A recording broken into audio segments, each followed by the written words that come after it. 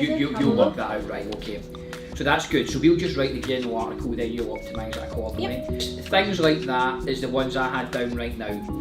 And me and Heather will industry, just... what's happening, what people are searching for. That's why I've emailed you those couple of links. Yes. Because these are highest optimized kind of links, and it comes number one basically on the page number one in terms of information, and I want you to be in similar position. Absolutely. Okay. We probably won't be able to beat.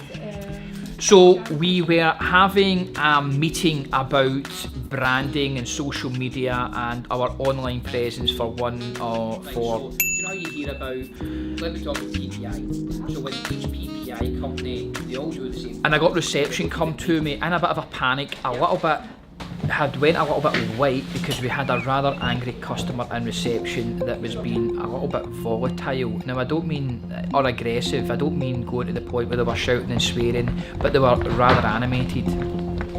I felt I was the best person to deal with it because I was the most senior person in the office at that time. And on the way round, the person impressed upon me that this person was really angry. Scott, please be prepared because you know, you don't know what you're going to be faced with, sort of thing.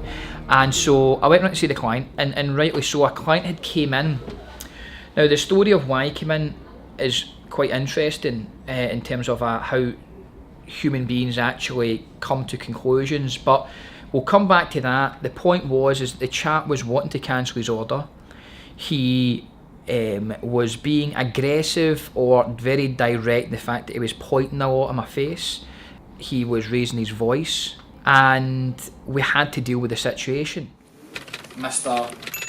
I'm on your side here. I'm happy to get this cancelled for you if you want, but there's a proper procedure for it which we need to follow. So let me get some details. And he kept pointing at me in my face. Like, in front of all the people? Well, he was at, no, listen, just cancel it like that. So I said, Mr. Campbell, see if you point me one more time, I'm cancelling the meeting. I'm happy to help you out. We've got a procedure to follow.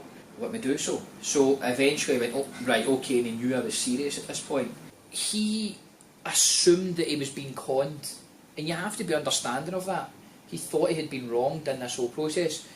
Instead of just going into how he hadn't, I didn't do that. What I'd done is I made him understand that his sister had given him information which was inaccurate. And actually, when I then broke it down to him, and because I did have product knowledge and how the market works, when I chatted to him about his sister and how it works in England and Wales is different from Scotland, and these are the differences, and she's probably based on the fact that she's been down there for 20 years, her knowledge is maybe based on the way of doing it in England, and then showed me how we do it in Scotland. And when you break the cost up, we are a commercial business.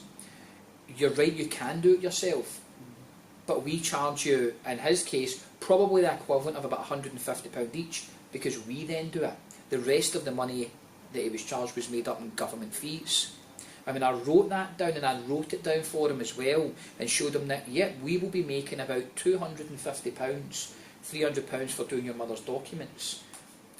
But we're a company, and I don't feel that's excessive when we're making your life significantly easier. And to the point where we bring the documents back to him and help him and his mum sign it, we're going to get one of our solicitors to phone and get it signed. When I built up the value, now that he actually attached to it, was increased. It's just that his sister decreased the value because she said that you could get it for half price. So there's a fine balance when it's customer services about when you have to be strong with a client and when you have to kind of just lie down to them and accept it, take it on the chin almost if you've actually done wrong. And at this point I didn't know whether the service was good or bad, but obviously there's no need for a client to be aggressive and start pointing in your face on the second or third time. So he stopped that. Listen to your clients, know when to take control of the situation or putting your foot down, and then finally really listening to the problem, really understanding what the problem is, and then make sure the client is fully aware of what the way it actually is, that actually is good value, and breaking it down and letting them see what the value is in it again, and reaffirming that there, because it wasn't about money. There was no point in reducing the price. It was just about explaining to him explicitly what was involved and what was entailed and what he got. He then seen the value, and he's away home now thinking he's a plonker but happy. So